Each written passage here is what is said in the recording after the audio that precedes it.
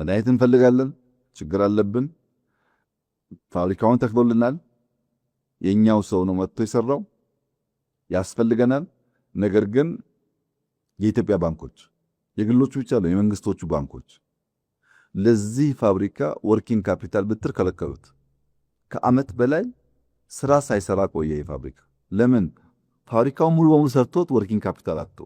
ባንኮች ለማን ነው የሚያበድሩት? ለመኪና ለቱሪዝም ብለው የመንግስት ባንኮች በጣም ዘመናዊ ለሚባሉ መኪናዎች ከቪኤት በላይ ለሚታዩ መኪናዎች 100% ብድር ያበድራሉ። እኛ ያሰቃየናውን የቪኤት መኪና ነው ኢትዮጵያ ውስጥ መድኃኒት ነው ብለህ ብታወዳድር ማንም ሰው ጀጅ ማድረግ በሚችለው ጉዳይ የኛ ባንኮች የመድኃኒት ፋብሪካ ተሰርቶ ወርኪንግ ካፒታል አጥቶ ስራ አቆሞ ሳለ ለመኪና ያበድራሉ። ሪሶርስ በተገባው መንገድ አሎኬት ያለማድረጉ ችግር መልኩን ይቀይር እንጂ አሁንም ያለ በሽታ ነው።